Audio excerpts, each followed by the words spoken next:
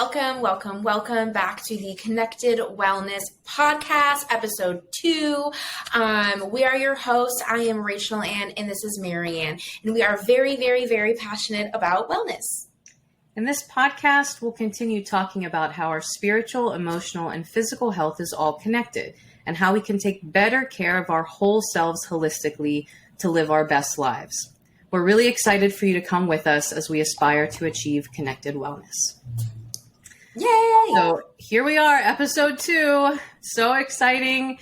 And I just want to say thank you so much to everyone who's listened or watched episode 1. And we're really just so honored that you guys want to take this journey with us. So please continue to give us feedback, right? We want to hear what you guys want to talk about.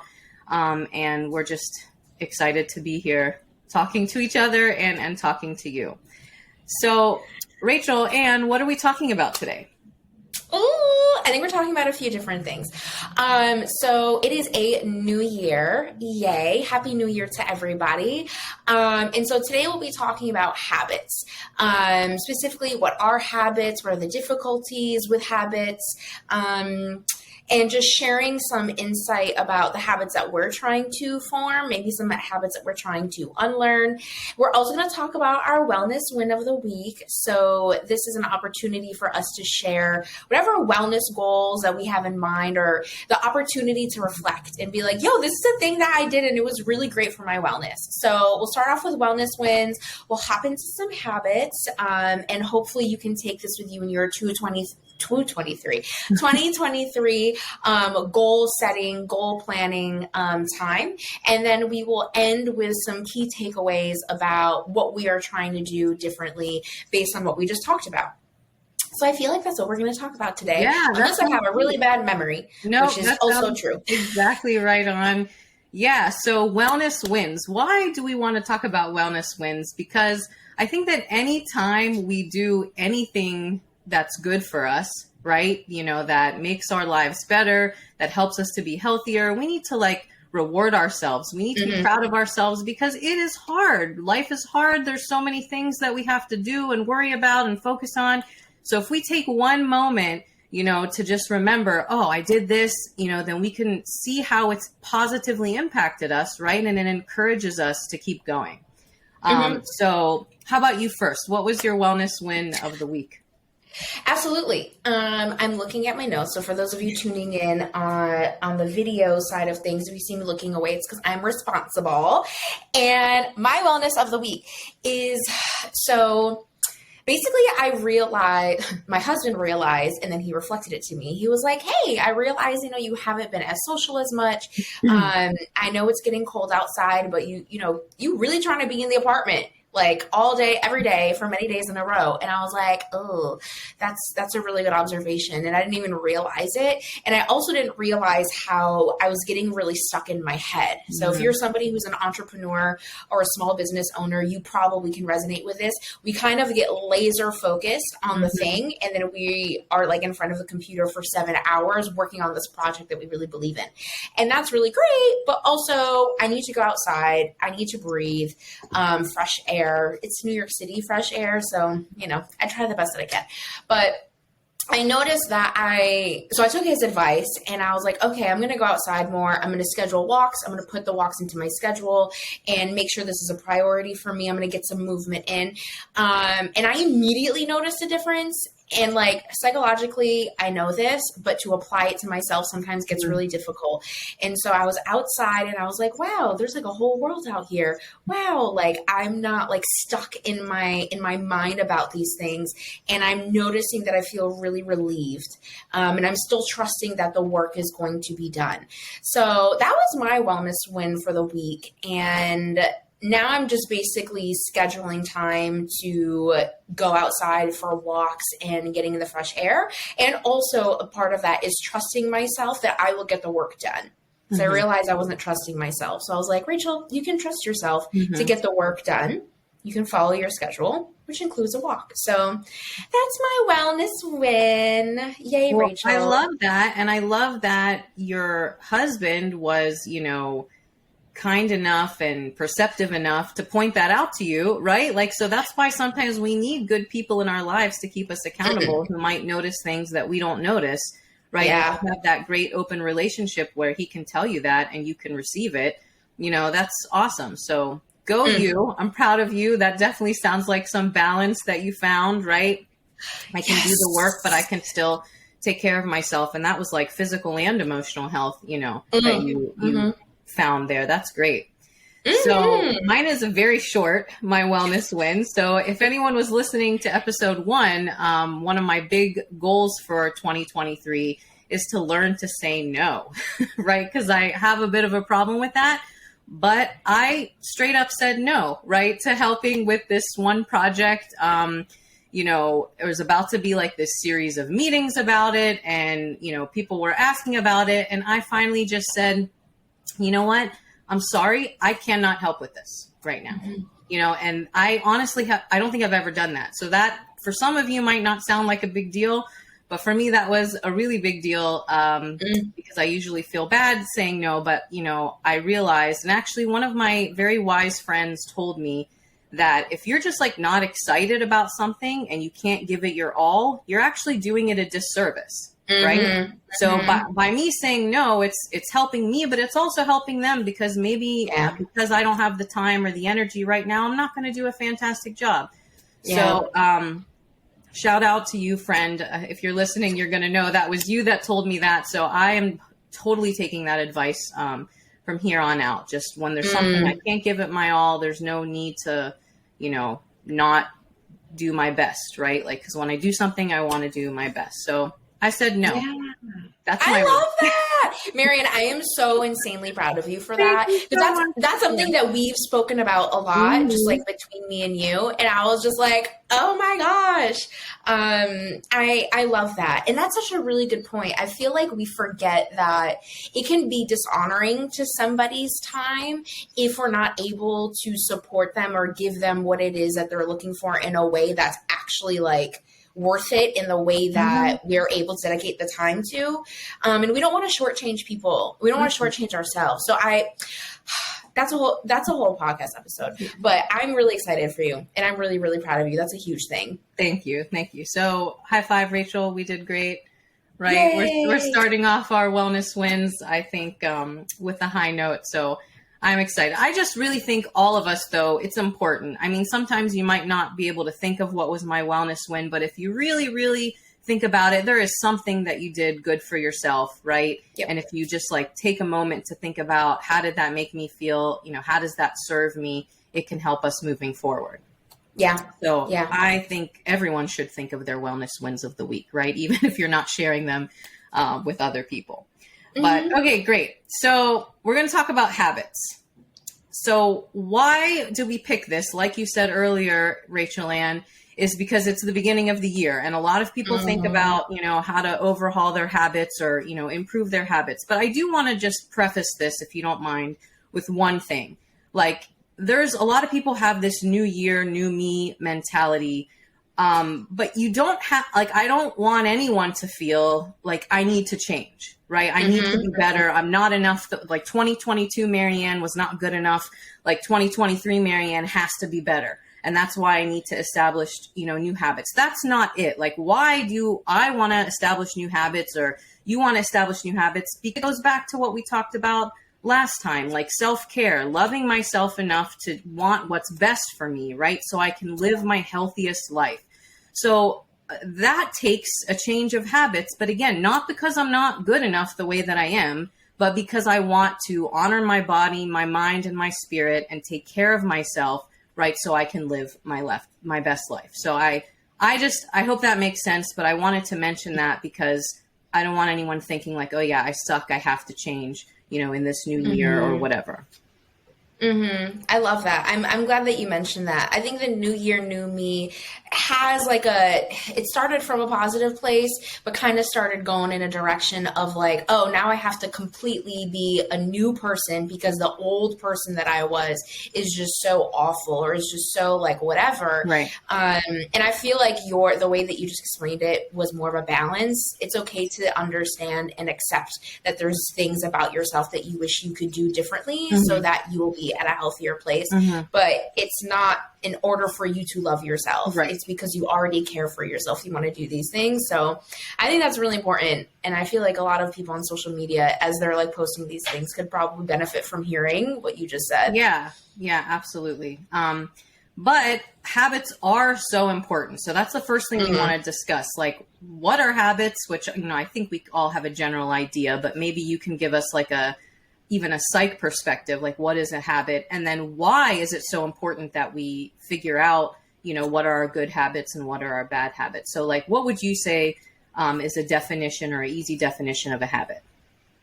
Yeah. A very simple, watered down definition of a habit is basically when you are doing something that is instinctual.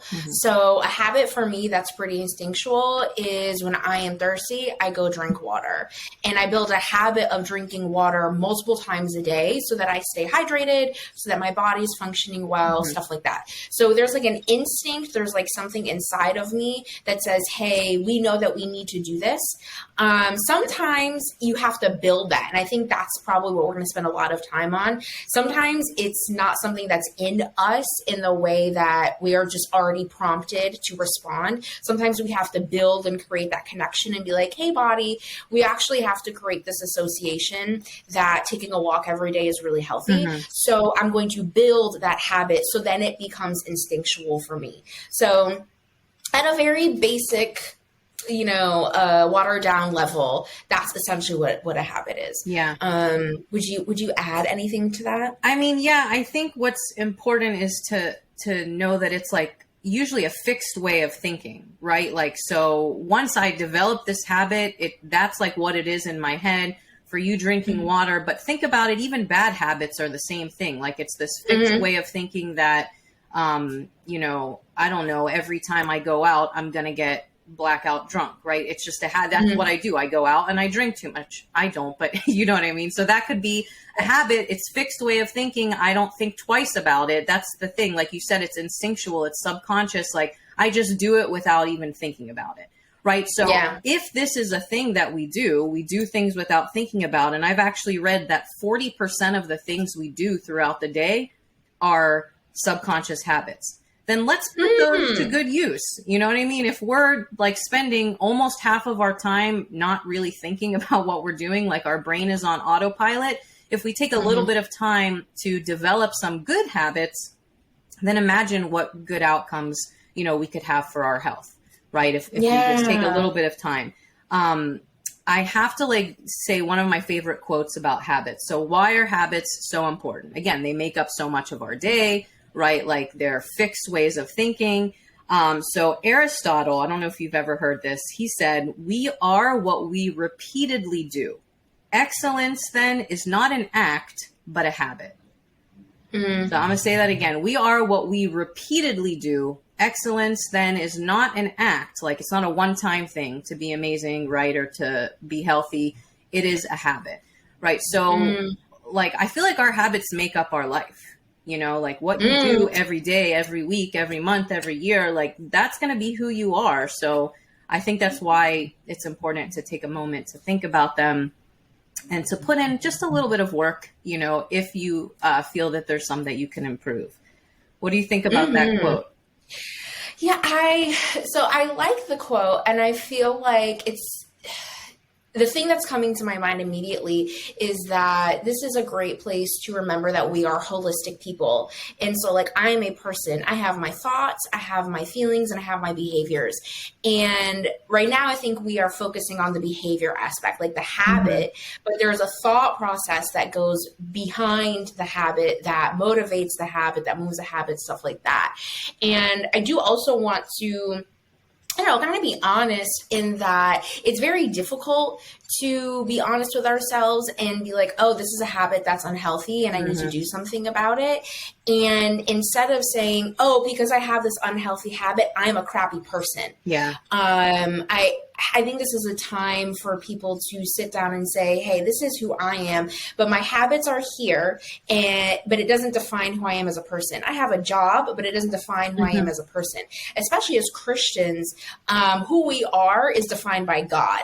So I think that's like an extra layer for people who struggle with their identity being in things that are external or outside of them, or is more like behavior action based. I can see this being really difficult. And so I think a way to reframe it in a way that's healthy and accurate that you're alluding to is essentially being like, we do things over and over again, and that tells us something about who we are and where our values are. And that's something we can analyze and figure out what to do.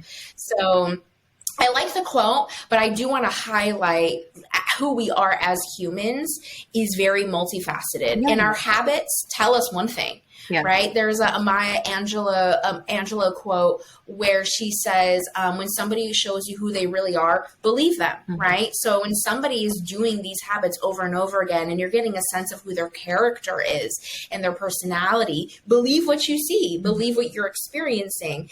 So it kind of reminds me of that. I feel like it's in the same vein. And that might be a healthy way to approach it as well. Yeah.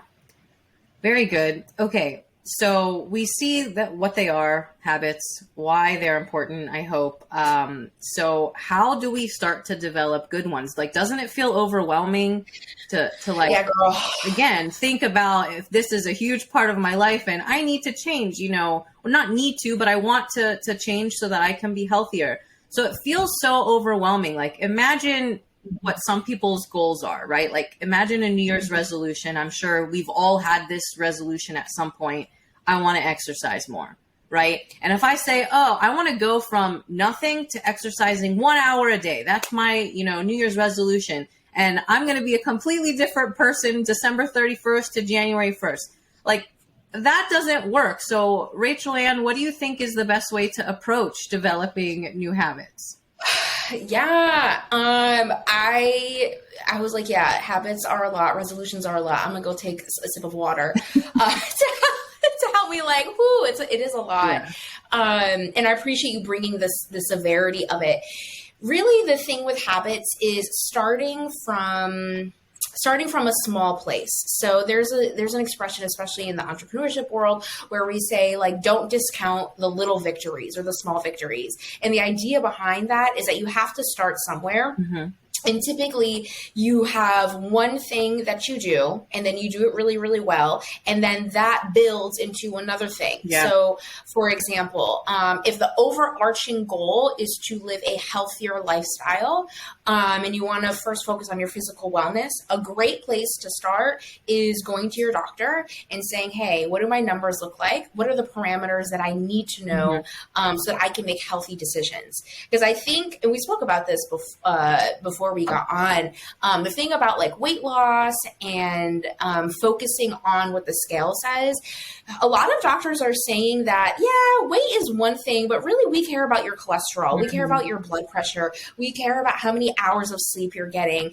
And so your weight can say one thing, but it's really part of a holistic picture. And so I think that's like a very concrete way of saying, okay, my goal is to live healthier. What's the smaller thing of that I can do right now? Oh, I can focus on my physical health. Okay, what is something you can do to help you in the physical health realm? Oh, I can meet with my doctor because I actually don't know what my cholesterol is like. And from there, that'll tell me if I want to move forward in doing a lifestyle change or having conversation about medication, stuff like that.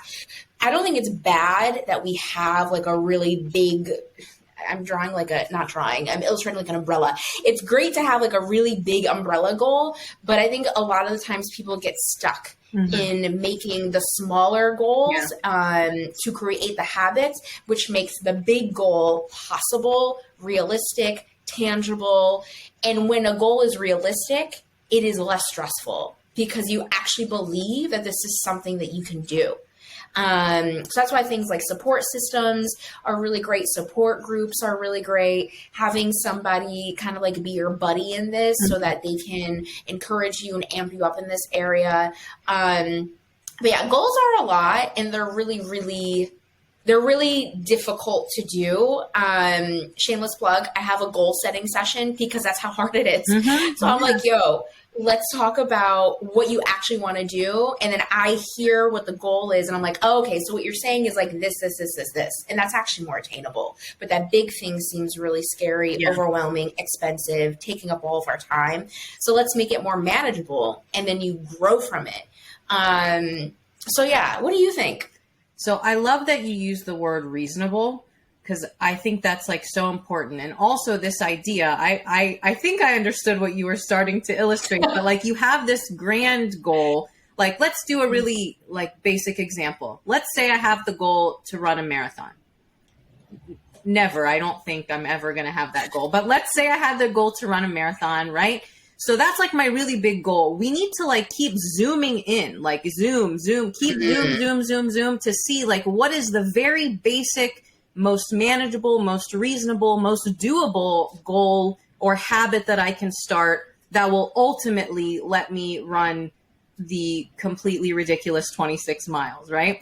So like, if you just have this goal at the beginning of the year, I want to run a marathon, that is so overwhelming if you're not a runner, right? Or a long distance runner. That's crazy overwhelming. And if we don't break it down to something that's reasonable, we set ourselves up for disappointment.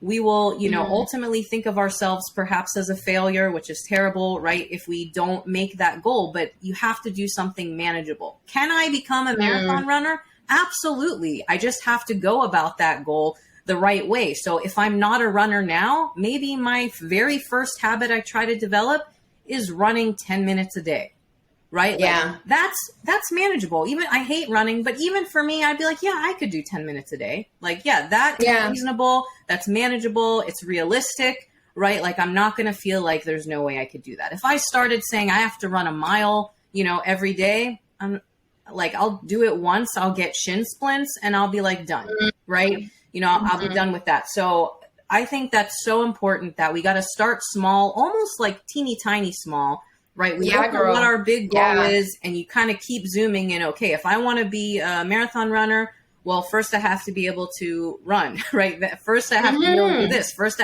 keep zooming in and see what is that very first habit I think that we can develop. Does that make sense? That makes a lot of sense. And I feel like so many things are coming to my mind while you were saying all of those really wise things.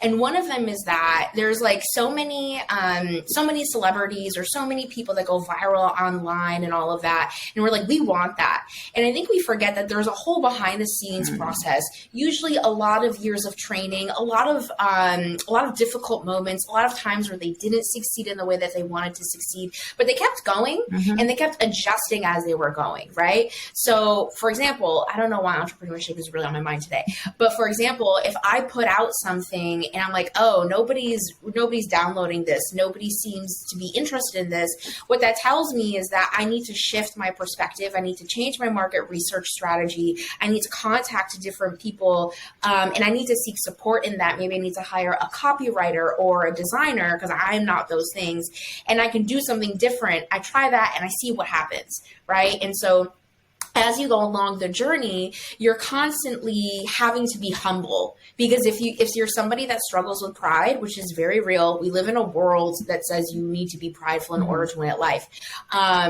But if you're somebody that struggles with pride, this is a little bit difficult because you have to be willing to be wrong and to readjust and to seek support from people who typically know more about the thing than you do. And so that's why I'm very big on, like, in your support group, have somebody who's ahead of you, so you have somebody to look up to, and have somebody who has the same goal that you have, and that you two are more horizontal and you can support each other in that.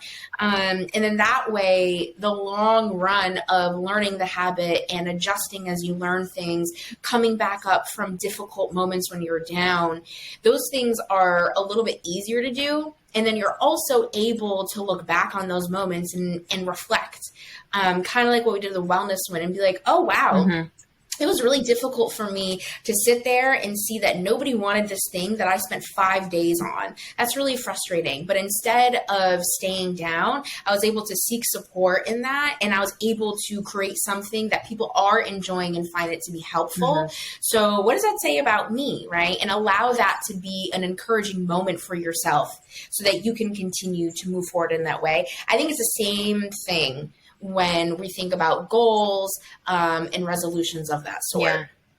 Yeah, I love that, being able to use, you know, your social network. And even if you don't necessarily have somebody, you know, in your circle who's trying to do what you're trying to do, that's one of the reasons social media is great, right? You can mm-hmm. use people as inspiration, but keeping in mind, like you said, you know, we're not seeing the whole story. Right. So just because they're showing that, you know, they've attained this goal that you want, doesn't mean they didn't work very, very hard and, you know, backtrack and keep, you know, looking at their habits and their goals. But I do think it's important to have a vision of what you're trying to achieve and to have support. Absolutely. And even just someone to keep you accountable, you know, like kind of like what we're doing here, right?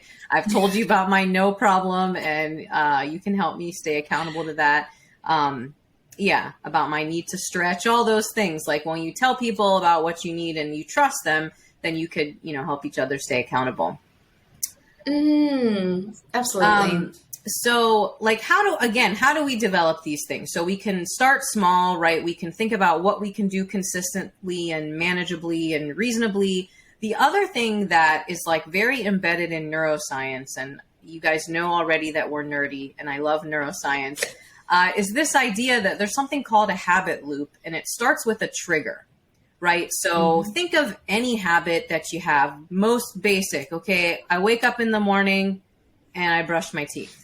Right? That's a habit. I brush my teeth every single day, right? My husband is a dentist. I better brush my teeth every single day. And the trigger is that I've gotten out of bed. Like there is never a day that I get out of bed and I don't brush my teeth, because that is the trigger. So if we can somehow tie the habit that we want to develop into an existing trigger, right, we may be a little bit more successful because it's not something that I have to do out of nowhere, right? Like I start to learn and we start to develop these neural pathways, right?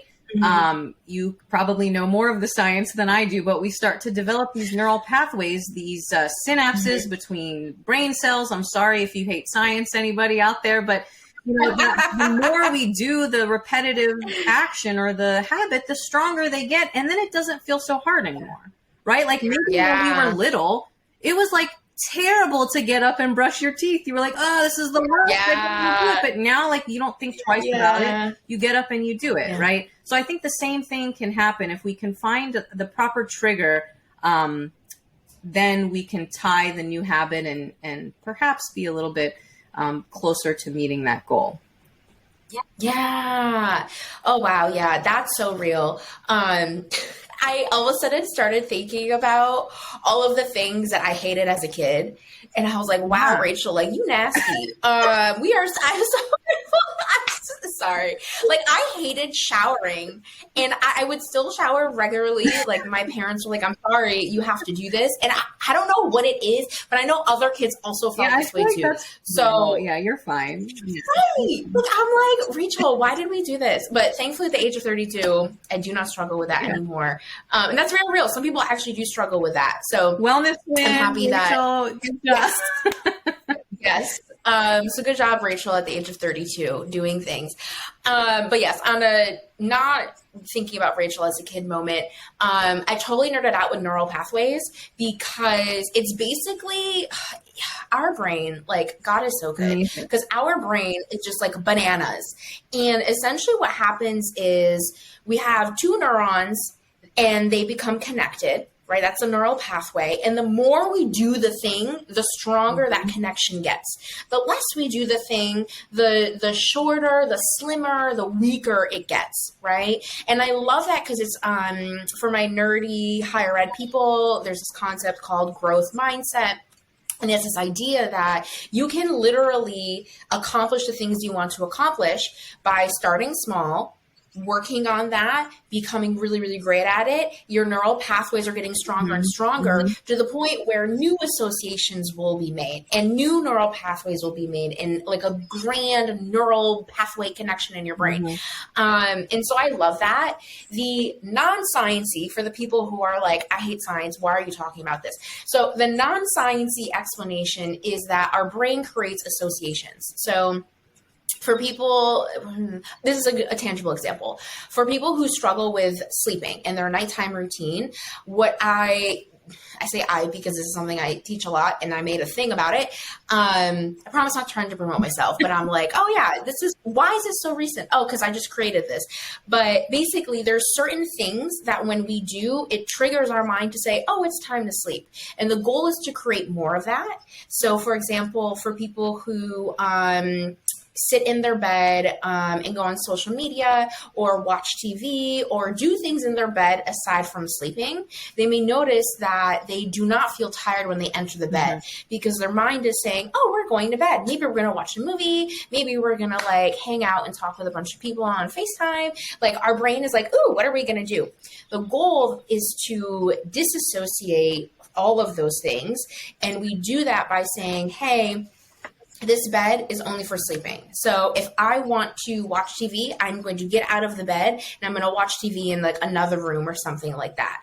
You're weakening, in terms of neural pathways, you're weakening the neural pathway that says bed and TV, and you're strengthening the pathway that says bed and sleep. And so then you start to notice that you feel tired, which is great. When you look at your bed, you're like, oh, now I feel tired. That's awesome. And so there's things that we can do even leading up to that, right?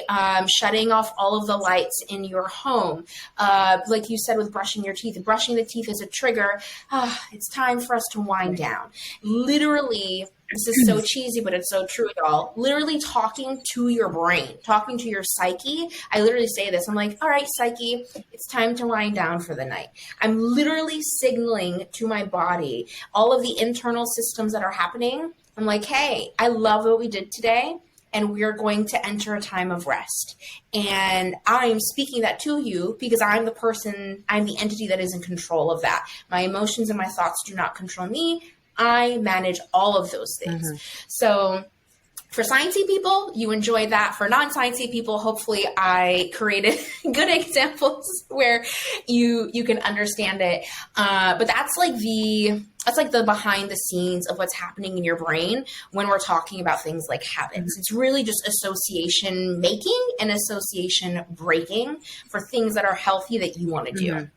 Sorry, I have to throw in one more nerdy word, because what you just described, the strengthening, the pathway and weakening the pathway if it's something we want to break, that's neuroplasticity, which is such a cool phenomenon, right? So the fact is, our brain is not at all like stagnant, right? It's constantly changing, and we have more power than we realize, right? To change our brain by doing exactly what you described, right? By, very like on purpose, changing some of our habits to weaken certain pathways and strengthen certain pathways. Neuroplasticity, right? I'm sorry. I love it. I really apologize. If anyone hates science, please don't tune us out. Just hang in there just a few minutes and then, we'll get back to non-science stuff, I promise. But yeah, I love that. So for people who are not sciencey, but maybe they're like, I wonder the Christian perspective. Something that I just thought about, and I promise we'll get into the next part. Something I just thought about is how God created our minds. And what's that verse? There's a verse that talks about how we are to set our mind on things above, or things that are good, things that are godly. And God gives us people on earth that are skilled in different areas to help us get there. And so I feel like that's a great reminder as well for people who may be thinking like, oh, these things are really difficult for me. I can't actually build habits. God forgot about me. That's a very real thought, to be like, yo, God forgot about me, or I was made by mistake. I lovingly encourage you and challenge you to think about it from the perspective of look at your brain in the way that it was created on purpose and for purpose. And so since God wants us to grow and live a healthy life and to be supportive to other people, and essentially continue to bring goodness to the world in the way that aligns with God, we need to be doing things that are healthy so that we're able to do that. But what that means is that we're able and capable of change, right? And from a very basic level, the Bible talks about how impactful and transformative it is to have a relationship with Jesus, because Jesus died for our sins. That's something that a lot of us Christians believe. And so if we believe that, then that means that we can change. We can do things differently. God loves us so much. And he's like, yo, I know where you're at. And I want to walk with you to the place where it's healthy, to a place where it's in alignment with me, that's holy, that you are more community minded and altruistic and doing the things that you want to be doing. So God even created us to not be stagnant. He created us to be dynamic and have different thoughts and having the motivation and desire to grow, because that's pleasing to him when we are healthy and we are doing things and that glorifies him. So for my Christian friends that are like, okay, thanks science. What does God say about this? Doing things, believing that you can actually do things that are as healthy for you, and you can actually do things that are different, and you can actually change. That's a pretty, I feel like that's a principle that God stands behind and is like, yes, I support people in doing this. Yeah, I love that. And I have to add, there are so many things that there's no way they could have known the science when the Bible was written, but now we understand it. So you just reminded me of the verse, be transformed by the renewing of your mind. I mean, that's neuroplasticity, right? You can change your mind. They didn't know anything about that. They didn't know about synapses. They didn't know anything, but they know, or, they knew through God's word that we can change our mind. We can transform our mind. Yeah. And especially as Christians, we believe with the power of the Holy Spirit, right? Things that seem impossible to us are, of course, very possible with the power of the Holy Spirit. So, Amen. Yeah, thank you. So science, Jesus definitely both play a big role here for us. And, I think really help us to see what we can do. Okay. Just so we don't take way too long, there's just one more thing I want to talk about, if that's okay. Again, we mentioned that it's so hard, right, to change our habits, and it feels so overwhelming. So I just want to say one thing that has often been a problem for me. Because I am inherently very impatient, I need instant gratification, right? If I do something and it doesn't seem to get me a result, I'm I'm not wasting my time with this again. So something I've learned a lot over the past, 2 years of my, again, renewed health journey, or whatever you want to call it. And this is so important, that what seems to be a tiny little thing, and you alluded to this earlier, right? It seems to be tiny, and how could this possibly have any impact? We fail to see the cumulative effect. If we would just kept doing that tiny thing over time, amazing things can happen. And there's this analogy that I heard, I think is so powerful. Have you ever watched water boil? Do you drink tea, Rachel Ann? I don't know if you drink tea, but if you're watching water boil, right? Nothing's happening for a very long time. It seems like a very long time. It's sitting there on the flame. The water's still, the water's still, the water's still, the water's still. But what's happening is there's heat that's building up, even though we can't see it, but the heat is building up. And then all of the sudden, right, some threshold is reached, and we have boiling, right? And we have bubbles, and the water's going crazy. And I kind of think it's the same thing for our habits, that maybe I don't understand, or I can't see how 5 minutes of prayer every day is helping me, right? It's 5 minutes, that's nothing. How is this going to help me? But if I just keep at it, if I keep at it, one day I'm going to feel, that major change, that now I feel the presence of God with me. Right. Or now I feel some more peace where I didn't have peace before. So this idea that change is not necessarily seen, it's stored. Right. So that's why consistency of these teeny tiny habits is so important. Just be a little bit patient with yourself. I just admitted my major impatience, but I'm learning to be just a little bit patient, to just, allow myself to keep working at something very small, very doable, that doesn't seem that hard, but cumulatively, it makes a huge, huge impact. Right. I don't know if that resonates That's amazing with you at all, but it does. It resonates a lot, but I know that we need to start wrapping up. So the only thing that I will say is that I love the reminder to be patient with ourselves in the journey, and that's why I think that's why support and community can be really helpful, because they can remind you of the progress. I forgot the exact verse, but the Bible talks about how important it is for us to share our testimony with other people, because when people hear about the goodness of God and working in other people's lives, we start to believe that for ourselves too. Same way with things like our health journey, our goals, our resolutions.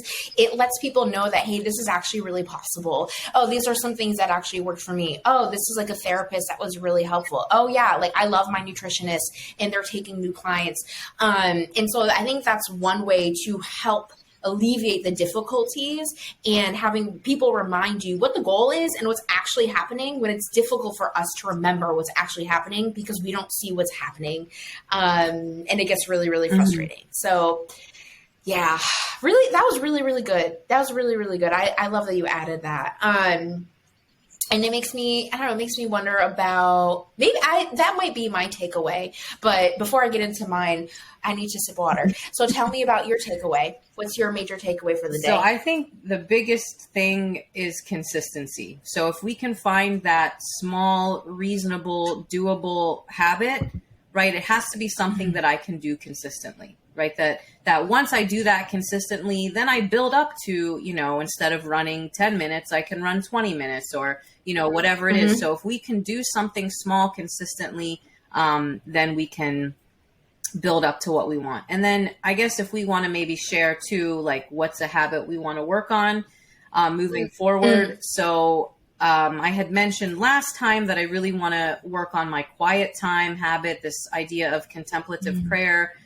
So I was thinking about this idea of triggers, like where could I fit this in? Because I don't want to think every day, wait, where am I supposed to put this in my day, right? If I can find a time to do it consistently with a trigger that's already there, I think I may be more successful. So I've chosen breakfast, right? I don't have to work too early, even when the semester starts, which is good. So we, Chris and I sit and have breakfast together, and then he leaves, and then I have a little bit of time until I have to leave. So I feel like that's perfect. That like breakfast and then Chris leaving is the perfect trigger for me to take. And I'm choosing just 5 minutes. So that app that you shared with me, Centering Prayer, is great for anyone who wants to try and develop a quiet time habit. I like structure, and it gives you just a little bit of structure, and you can set how much time you want to sit in contemplation. And I've started at just 5 minutes. Like, again, when I think to myself, I can do 5 minutes, right? That's reasonable. If I started with, I want to sit for half an hour in meditation, like my brain is a jumble of nonsense a lot of the times. I can't sit for half an hour, in contemplation. So I'm starting small. I'm trying to add it to this trigger of breakfast / Chris leaving, and hoping to make that a habit that over time I start to feel in my heart how that's improving my especially spiritual health and emotional. I think just that being quiet, I need that so much. Yeah. And your physical health too, because I feel like it kind of gives a for your internal systems. It's like, okay, stomach, we can relax. Okay, arms, this is a time we can, put the cup down and just kind of let it be. So I love that. I'm really happy to hear you like the app. Shout out to my friend who gave me the app. Thank you on my behalf as well. Yes. Yeah. And like, you never know, it could start off with 5, but it could lead to something more like, I think I want something, more than that. So I love that. For me, I think the habit for me is working on my sleep time routine or my nighttime routine. So I'm in the midst of developing a routine that works for me, but I'm still figuring out the nuances of it. And like, if I accidentally stayed up a little bit too late, how is it going to impact me? How can I adjust my schedule? So that's the thing. When you practice a habit, when you do it, you encounter life things that happen and you're like, I need to adjust. And that's how habits get stronger, because they can be adjustable to whatever is happening in your life. So for me, it's specifically creating associations with my bed for just sleeping, and starting to wind down 30 minutes before I actually want to get into my bed. So that's the goal that I'm going to be working on.